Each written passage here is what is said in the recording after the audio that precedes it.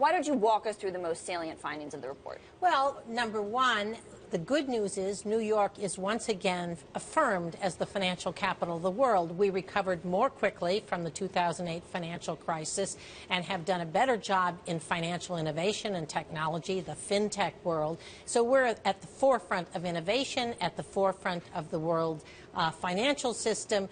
But we, at the same time, have been losing a lot of jobs from the city, and those jobs, the ones we care most about, are the middle-class jobs. 51% of Wall Street workers earn less than $100,000 a year.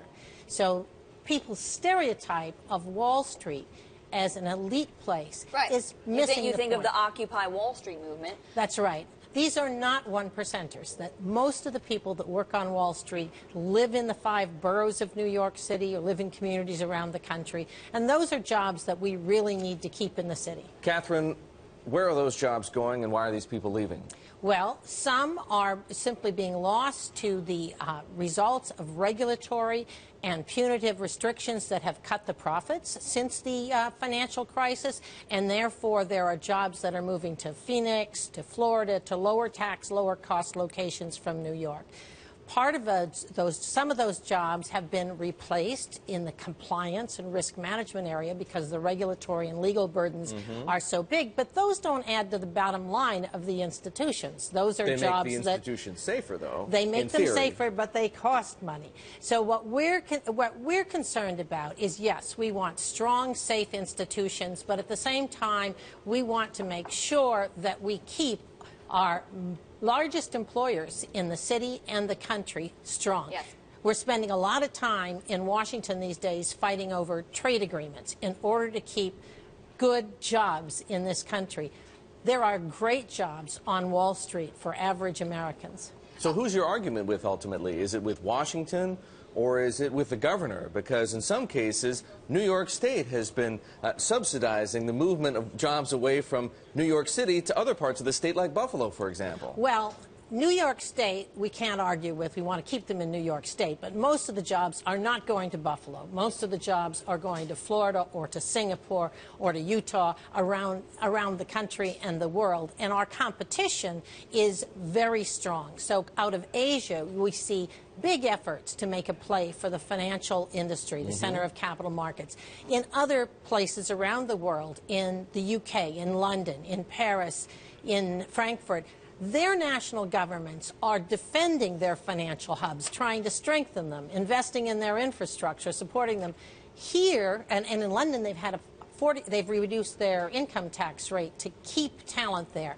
Here, we feel that we don't have that kind of support from Washington. So that is true. The conservative government currently in charge in Britain, recently re-elected, has reduced the top-tier income tax. But if you live over there, a lot of British bankers spend a lot of time complaining the fact that there are banker bonuses, and they say, oh, London is losing its The regulatory touch, in some cases, to Olivia's point, is heavier in Europe and the UK than it is here. You're telling us that it's actually more supportive of finance in London and New York. On the compensation side, that is absolutely correct. But the large multi-billion-dollar legal settlements we're seeing at the federal and state level nobody trumps the U.S. in that category. So what's the fix?